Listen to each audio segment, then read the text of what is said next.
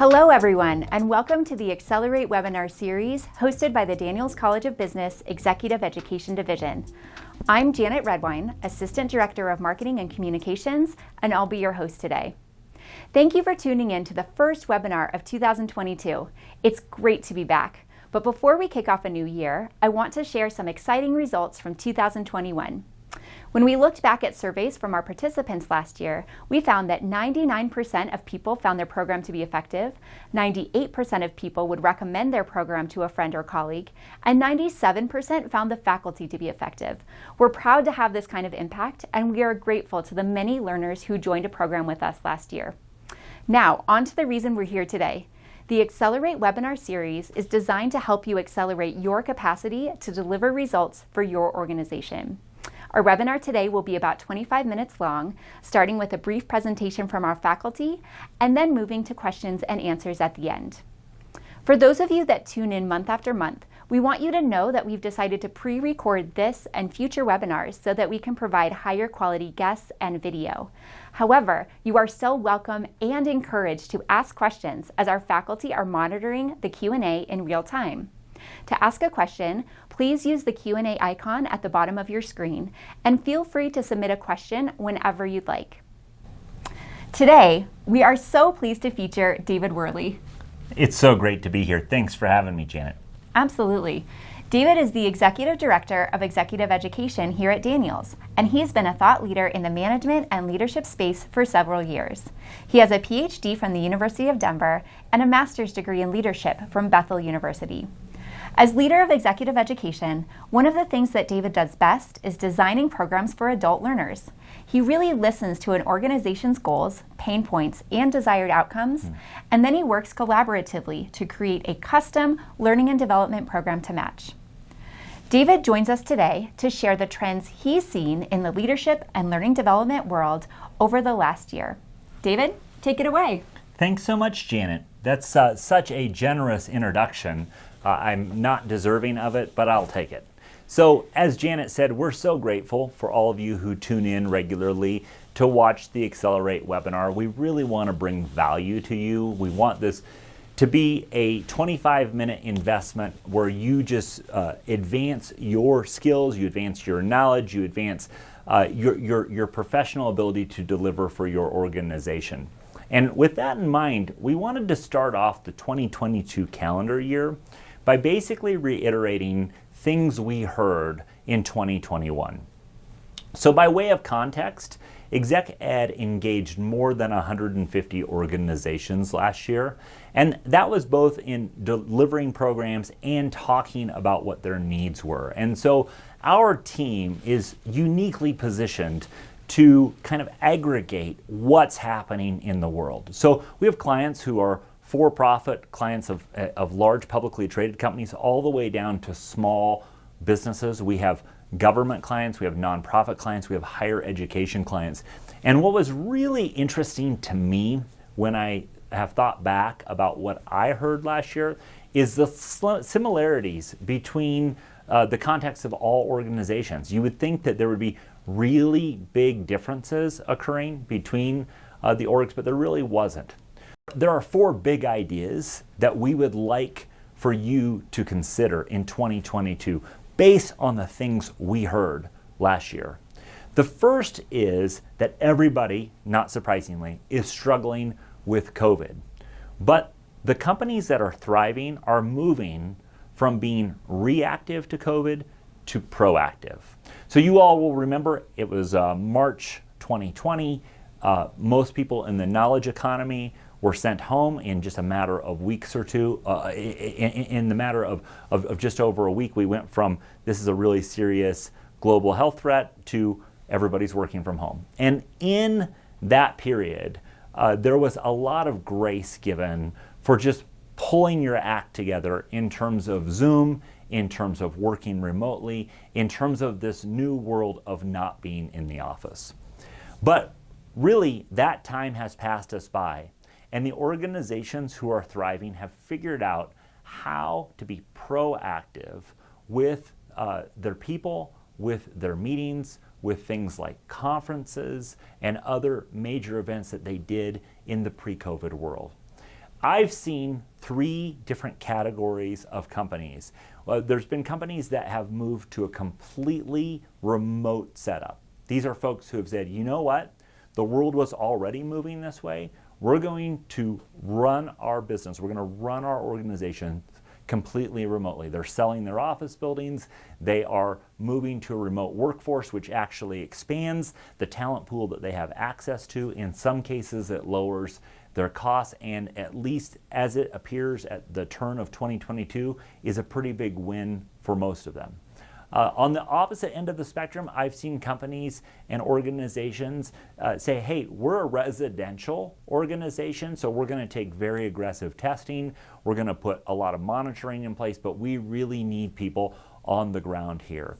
Those companies are dealing with a unique set of challenges that they're going to have to sort through. The third group is somewhere in between. We'll just call them the hybrid group. This is a group that hasn't sold their office building. Maybe they've downsized it a little bit, but they've said, you know, our people are going to begin to work partly remotely and partly in person. And each of those three categories are dealing with different challenges. On the fully online portion of organizations, those companies are going to have to seriously consider how they continue to build the bonds of relationships that naturally occur when you're in physical proximity to one another. Frankly, I think I've seen companies who are saying, hey, this is going great, but I question whether or not it'll still be going great in a few years, because right now you're cashing in the equity of the old relationships you had built in person in this new online world. So these companies, their key challenge is to figure out how to gather their people, how to build the relationships that naturally occur when you spend time with one another. And that's a real challenge that I think they're just emerging and just beginning to think about. On the other end of the spectrum are organizations who are saying we're fully residential again. For those folks, there are really big talent challenges. How exactly do you retain your top performers when many of them can work from home, can get jobs that are remote or largely remote, and now the whole world is basically recruiting them? For those companies and organizations, I think figuring out how to make the residential component work for people is maybe strategic priority number one. And to be frank, on this one as well, I'm not sure that those companies have realized just yet that their greatest threat is not their operations, but rather retaining their top talent. The middle group, the hybrid group, I really believe are in a sweet spot. These companies and organizations are figuring out how we do both, how we continue to recharge those relationships, and how we operate in this new kind of online and distributed world. The second thing that we observed in 2021 is rate of change. So those of you who have been so fortunate to study under Scott McLagan, who is one of our faculty in Exec Ed, teaches a lot of our programs and also teaches in the Executive MBA program at DU here. Scott loves to give a quote, and I'll do my best McLagan paraphrase here, but he'll say, folks, just stop and think about today. And I literally mean the day that you're watching this webinar. The world has never moved faster than it is today. Just stop and really let that sink in, that today is the fastest moving day in professional work history. And looking forward, the world will never move slower than it is today. So that's a second point that's sort of mind-blowing if you really let it sink in. We've never moved faster than we have, and we're never going to move as slow as we are today. So the rate of change in the world is just stunning, and everybody is struggling to keep up. One of the things that we did last year in the Accelerate webinar is we had guest and thought leader Aaron Dingen on. And Aaron is the author of several works, but his most famous is Brave New Work. And in that session, he talked about the need for organizations to begin to think differently about how they manage, how they organize, how they do their work. To scroll back to Scott McLagan, Scott would call this your management operating system. Just like a computer has a operating system that tells it how it's going to function and handle things, organizations have operating systems as well. And what Aaron is saying, both on the webinar and in his works, is the old ways of doing things just are no longer up to the task. The rate of change is too great. So the analogy that he uses brilliantly is the analogy of a controlled traffic intersection with lights versus a roundabout. And for those of you, at least in North America, we have 3 lights, red, yellow, green.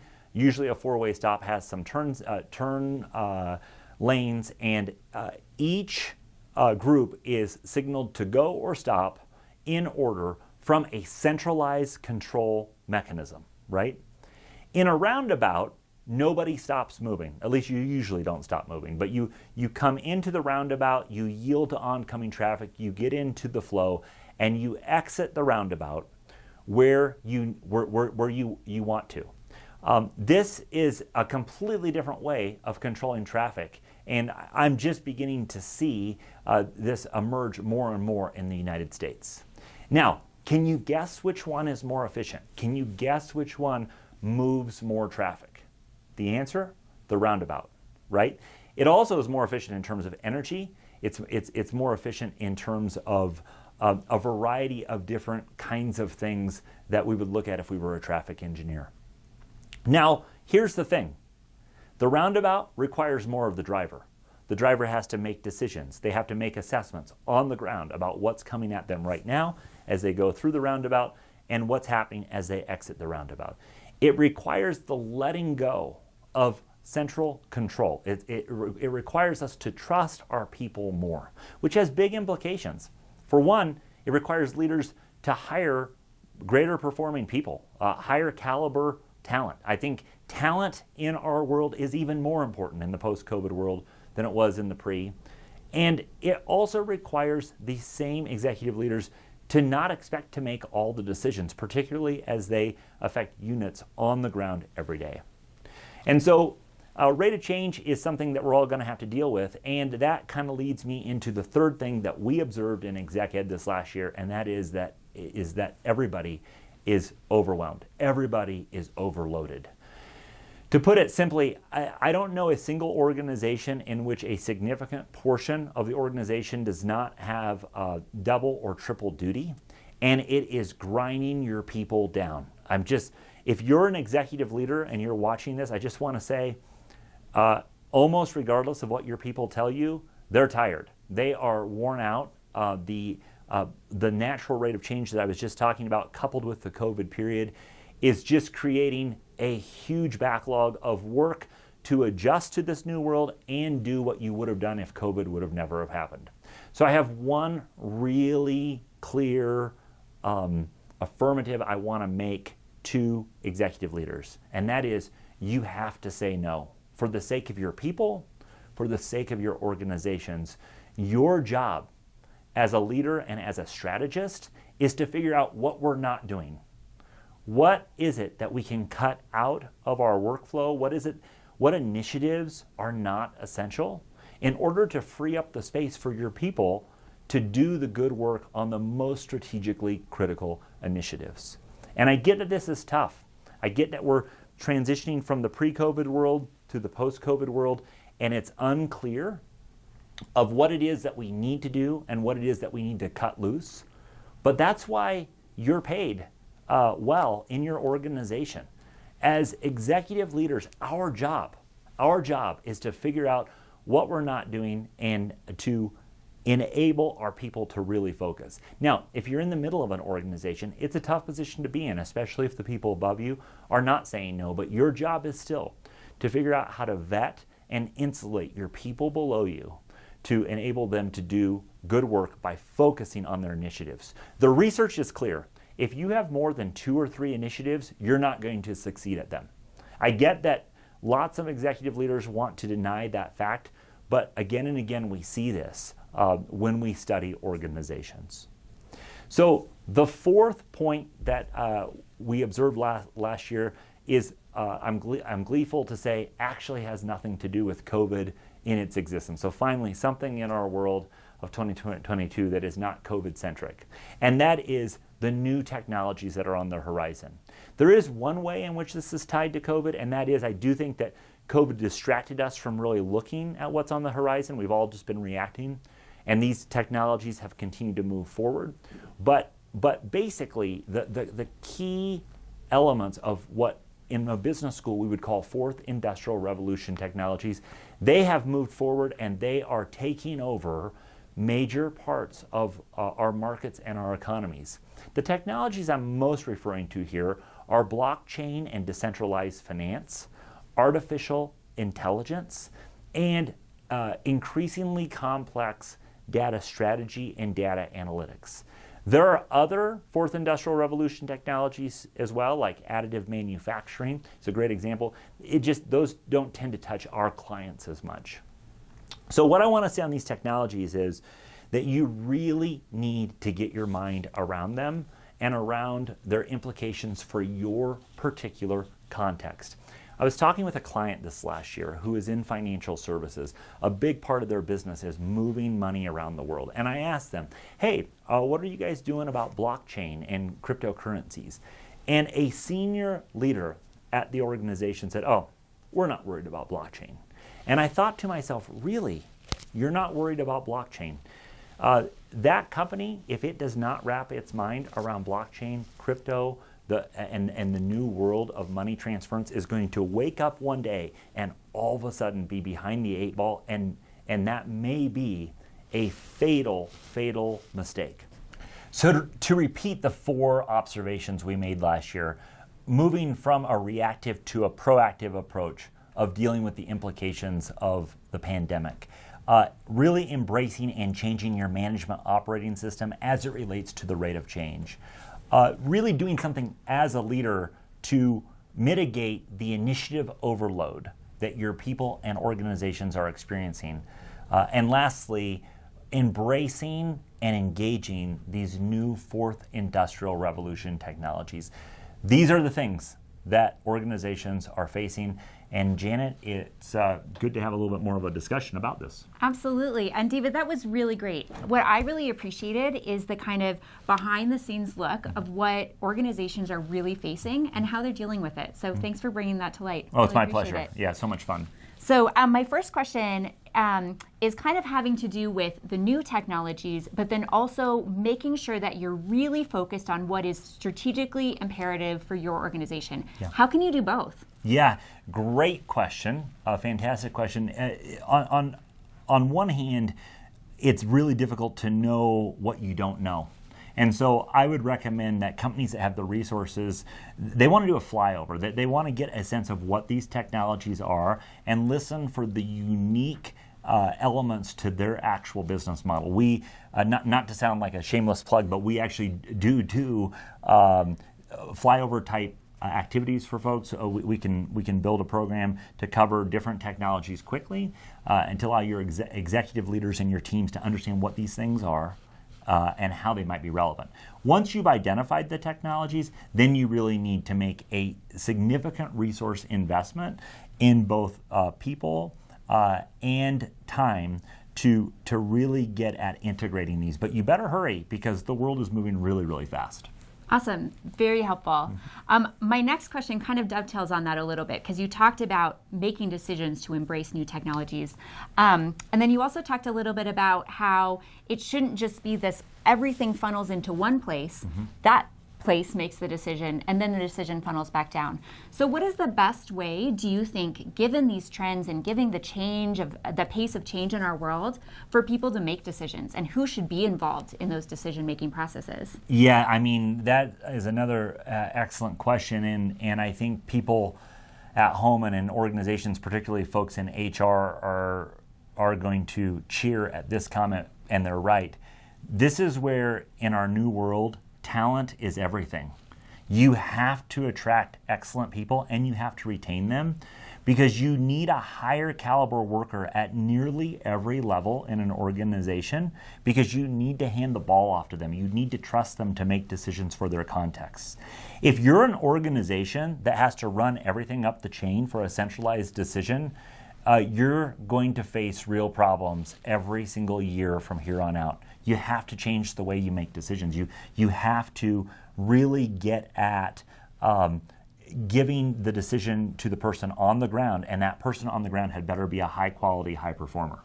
Great. That's really wonderful. And kind of tying that back to talent, then you have to be able to appreciate and meet that talent where they are and where they're coming from and where they want to be. So that's really great. My next question has to do with what can a leader do? And you touched on this a little bit. What can a leader do who feels like, okay, I see all of these things that I'm supposed to do. How do I do that? How do I embrace those new technologies? How do I create a new operating system? Where do I even begin? Yeah, I mean, it's so helpful, Janet. I mean, the companies and organizations that we see that do the best job at adapting have C-suite level folks, executive leaders, who recognize that it's their job to vet the big strategy ideas and to say no to things. They open up space for their people to be able to learn and grow and figure out how these new tools, these new technologies are going to work in the business. Unfortunately, very few companies and organizations do that. Most of them have initiative overload. Most of them, when they are overloaded, often revert back to kind of a lockdown kind of mode, which exacerbates the problem. And so I think if you're in an organization and your boss, the people above you, are not really doing a good job saying no, I think gently pointing out that is an important thing that you need in order to thrive on the things that are really important. I don't know what you do if you articulate that you don't have the capacity to do things and you continue to get more and more. At that point, then we may be in talent management mode in that organization. And perhaps organizations will begin to figure out the truth of what we're talking about here as they begin to lose key people. I mean, that is really the fundamental foundation of strategy, in my opinion, boils down to differentiation, which in turn enables us, or is really based on us saying no to things. So, great. Yeah. Super helpful. Yep. So we are out of time, unfortunately. But David, I just want to thank you so much for being with us. Yeah. It's been my pleasure. I love the Accelerate webinar community, and you all have been just great over the last year as we've been doing these webinars, and we hope you continue to get a lot out of them. If you enjoyed our conversation, I encourage you to learn more about 2 programs at Daniels Executive Education. We have just launched a high-performance leadership program, which is a mini MBA. This education journey allows individuals to gain leadership, business acumen, and team-building skills specific to their needs and time schedule. Plus, participants earn a digital badge from the University of Denver. We are also well known for our custom programs, built to solve your organization's unique needs and to provide your leaders with industry-specific knowledge about what we talked about today. We've partnered with dozens of organizations from a variety of industries, and it would be our pleasure to partner with you this year. You can learn more about both high-performance leadership and custom programs on our website, daniels.du.edu/accelerate. And you can reach out to us directly with questions and inquiries. Here's a list of upcoming learning opportunities. I want to point out that we'll be back on Thursday, March 10th with Jed Somerton and Michael Myers for another episode of our Accelerate webinar series focused on marketing. Once again, thank you for joining us today. We hope that you've gained new insight that will help you accelerate your impact in your community, your organization, and in the world. From the University of Denver, Daniels College of Business Executive Education Division, we look forward to seeing you again on the Accelerate webinar series. Thank you, everyone.